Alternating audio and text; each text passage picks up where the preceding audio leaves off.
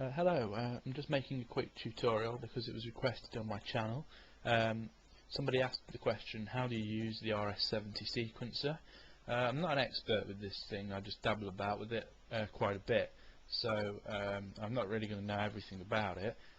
Unfortunately at the moment I'm not actually with my RS-70, it's back where I live at university, so yeah, I've not actually got it in front of me. But really, I'm just going to whack a picture of the RS-70 up now. Basically, all you have to do to start sequencing, there should be a button next to volume that's lit up when you turn the keyboard on as standard. That's just the patch button. If you go into the button next to that, I think it's sequence. If you press that button, it goes to the actual sequencer, and then from there you're given your sequences.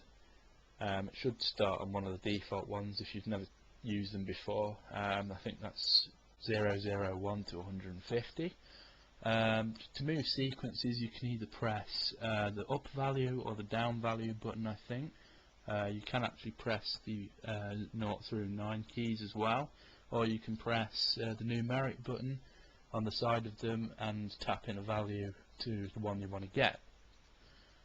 So once you're happy with one sequence there, you can press the part select button underneath the pattern select and the pattern button under mode. You can select, parts 0 through 9, 0 being the drums, 9 being the bass. You can edit those later as well with the shift button, I think it is, next to bass. As I say, I'm just squinting at a picture of this. I know how to do it when it's in front of me, but I'm just doing this off the top of my head at the minute. After that, you selected a patch, you can press the record button, then it comes up with the record options normally. Normally gives you information like the bars. I think it's normally got 4/4. Normally does it for 1 bar, but you can edit that with like the up value button, so you can set it to 2 bars. So if you're in 4/4 time, you'll have 8 beats. It'll give you 2 bars with 4 beats in, so that'll be 8 beats. So you can make an 8-beat sequence. If you increase it to 4, obviously you'll have a 16-beat sequence, 4-bar sequence with 16 beats in it. So you can mess around with that. If you press the right or the left buttons, you can actually access, well, if you keep pressing the right actually, you can access stuff like the time signature. If it's in 4/4, you can scroll to the end of it where it says 4/4, and you can press the down button on the value, which will give you 3/4 time or 2/4 time, or you can increase, like, 4/5 or whatever. I don't know a lot about that, to be honest, so I don't really mess with that. Normally I record in 4s, but it's useful to know. And then after that, you press the play button to start the countdown. So if it's in 4/4, it'll give you 1, 2, 3, 4. Then the recording will start once you hear the ding. That'll be your recording. And once that's done, it will loop over and over. So you record what you want in really off that, and then when you're done, press stop. And then that'll stop recording mode, because once recording mode is on, it will record anything you put in. So, if you've got it recording, just a few notes, if you leave record on, it will actually do it. So it's important to press stop once you've done it.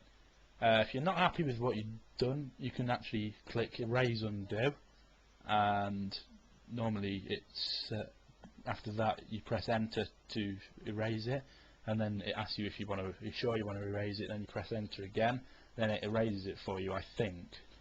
So yeah, if you want any more sort of advice or just general pointers while using the inbuilt sequencer, I mean, that was a very, very basic look at just sort of getting to sequence, picking a part and pressing record, tapping something in and pressing stop, really. But yeah, I mean, I can do other tutorials once I've got back.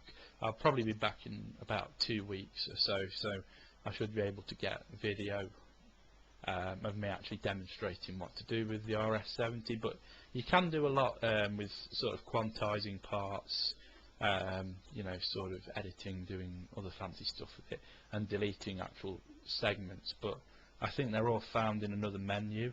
It could actually be the in one under the edit menu. I think you can name under parameter. I think there's another 2 buttons to the right of that.